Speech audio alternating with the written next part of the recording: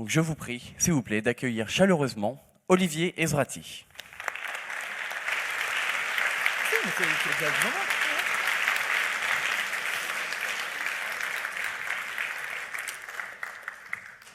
Salut, tout le monde va bien? Vous êtes content d'être là, j'espère, hein. Moi aussi, et je ne vais pas être tout seul, d'ailleurs vous allez voir. Alors c'est un plaisir de faire ce genre de conférence tous les ans, pour plein de raisons. Je l'ai déjà exposé dans des épisodes précédents. La première raison, c'est que le CES, en fait, c'est un énorme prétexte, je dirais même presque un peu stupide, pour s'intéresser aux technologies toute l'année. Donc moi, je m'intéresse à ça toute l'année. Le CES, c'est juste un épitome, un endroit qui concentre tout ça.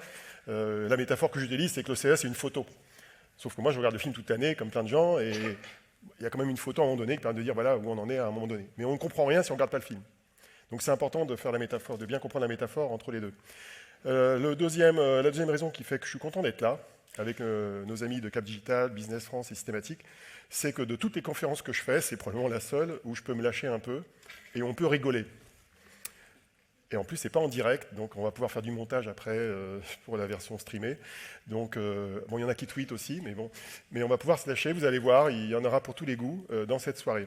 Alors, il s'avère que, d'ailleurs, moi, dans mes messages, je mets back from, pas back to, désolé, mais bon, ça dépend si on fait référence au film ou pas.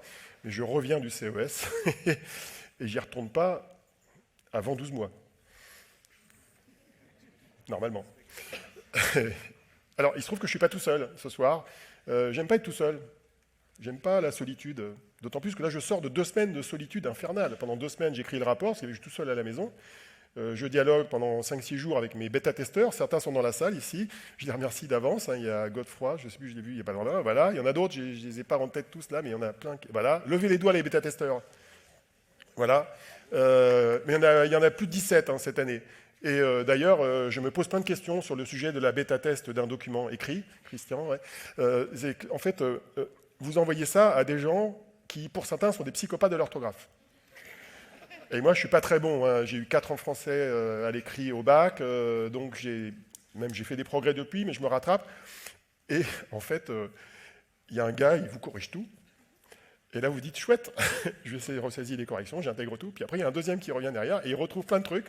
Puis tu en as un troisième, il trouve d'autres fautes. Et je dis, c'est pas possible. En fait, les yeux des gens ne vont pas au même endroit. Et donc, je cherche un algorithme de machine learning ou autre qui serait capable de dire combien de personnes il faut pour corriger un document de 400, c'était 366 pages cette année, parce que j'arrive pas à trouver le bon nombre de personnes. Est-ce que c'est infini ou pas? Bon, il y a une astuce, c'est qu'en fait, il corrige, mais entre-temps, je rajoute des trucs. Donc c'est normal qu'à la fin, ça soit jamais parfait, quoi. Alors je ne suis pas tout seul, je suis aujourd'hui accompagné de Fanny Bouton, que vous connaissez, que j'accueille, qui est une... Alors, Fanny, c'est une polyvalente, polyglotte de la tech depuis très longtemps, elle s'intéresse à tout, quasiment. Hein. Tout ce qui est high-tech, oui. Tout ce qui est high-tech, tu étais au CES, tu y vas régulièrement depuis presque autant que moi d'ailleurs. Une année derrière toi, je suis arrivée. Voilà, autant que moi. Et on a même fait la visite ensemble l'année dernière, elle a réussi à me suivre 3 jours. Au 4e, elle a craqué. Non, tu avais autre chose à faire. C'est ça. Et tu es une des rares qui m'ait suivi sur 3 jours, ce qui est un exercice de style assez marrant.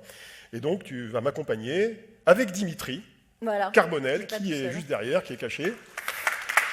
Alors... Dimitri, c'est un consultant indépendant comme moi depuis quelques années. Hein, combien? Ça fait 6 ans maintenant. 6 ans maintenant, il était chez SFR avant. C'est un peu mon padawan, non, j'exagère, mais c'est un padawan en formation. Alors en fait, quand il est au CES... D'ailleurs, il faut en baver pour devenir padawan. Et c'est très dur d'être padawan parce qu'en fait, quand il va au CES, il rentre dans ce machin-là, quoi. Il teste tout, réellement. Donc, je ne sais pas ce qu'il y avait, qu'est-ce qu'on voyait dans le casque d'ailleurs? Grosso modo, c'est un roller coaster, c'est des montagnes russes. Tout ça pour ça, quoi. Le truc qui consomme 1000 watts juste pour faire les montagnes russes. Et si je passais pas le test, c'était fini. C'était fini pour aujourd'hui. Ouais, c'était fini. Tu n'aurais pas fait le compte rendu, ça, non, sûr. Parce que Olivier ne teste pas, il regarde les autres tests. Je teste certains trucs. Hein. Pas tout, on verra tout à l'heure. Mais j'en teste quelques-uns quand même. Bon, en tout cas, te suivre, c'est un peu comme toute une série de films. Hein. L'année dernière, je l'ai bien vu. Donc, ce qui est intéressant, c'est... Alors, vous ne le savez peut-être pas, mais Olivier a le même âge que George Clooney. Et donc, il a tendance à faire des trucs comme lui, surtout comme dans le film. Et que Barack Obama aussi, mais bon. Il a autant de succès aussi. Hein. Il a autant de succès, oui. Alors, en effet. Qu'est-ce qu'il fait? C'est dans les aéroports, forcément, pour aller vite au CES, etc. Il fait la file à la douane. Il va toujours derrière plutôt des Asiatiques que des mamies, parce que ça va plus vite. Il a des chaussures à scratch, parce que pour rentrer dans l'avion, voilà. Donc, l'année dernière, vous avez benchmarké les semelles. Sachez que les chaussures à scratch au CES, ça peut être très utile.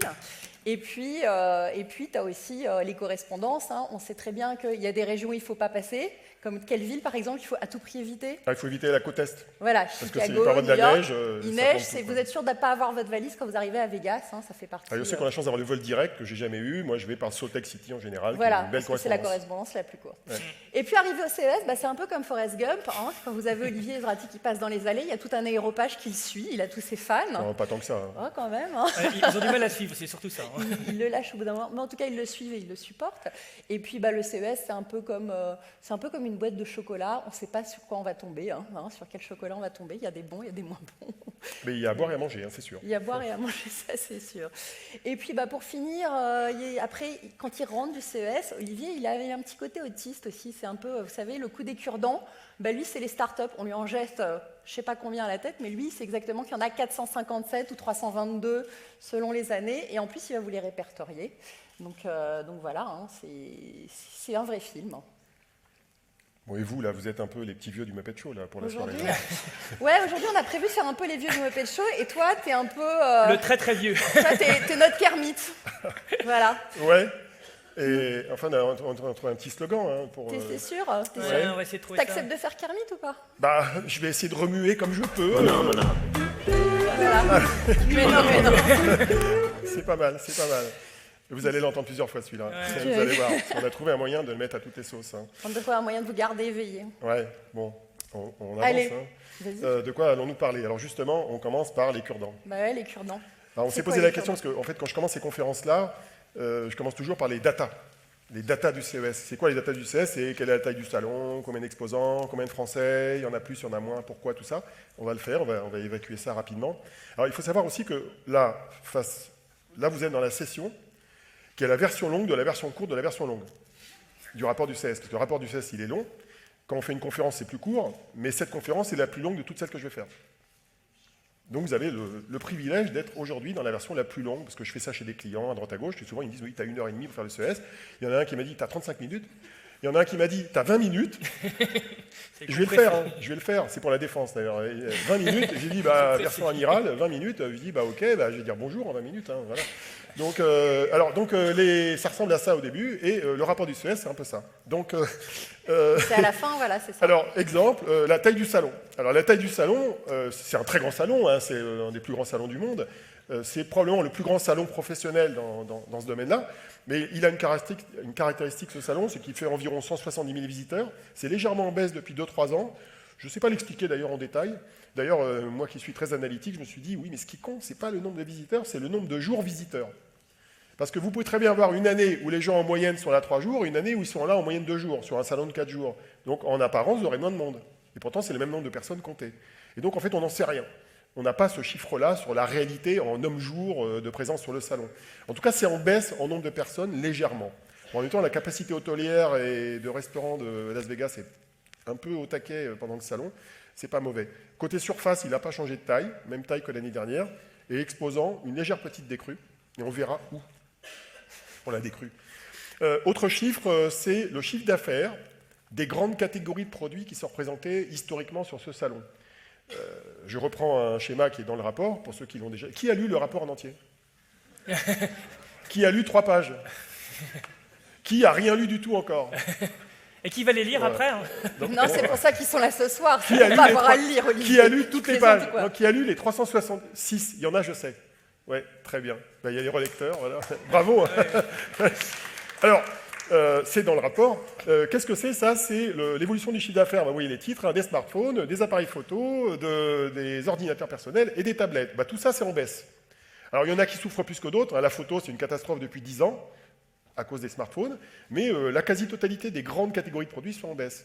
Donc, conséquence de ça, notamment dans le contexte d'un salon comme le CES et pour l'industrie des produits numériques grand public, c'est que tous ces acteurs-là, notamment les gros, ils cherchent des relais de croissance. Donc c'est pour ça qu'ils investissent comme des malades d'un côté dans l'automobile, dans d'autres cas de figure, dans les objets connectés, en veux-tu en voilà pour la maison, pour les wearables, pour les animaux, pour tout, hein, pour tout ce qu'on peut faire. C'est pour ça qu'ils envahissent d'autres secteurs d'activité, la beauté, la santé. Donc en fait, on se retrouve avec un salon maintenant qui est multifacette, multi-industrie, qui couvre tout pour cette raison-là. Mais il faut savoir que ça, plus les télévisions, ça représente encore de l'ordre de 75% du chiffre d'affaires des produits grand public dans le domaine de ce qui est exposé sur le salon.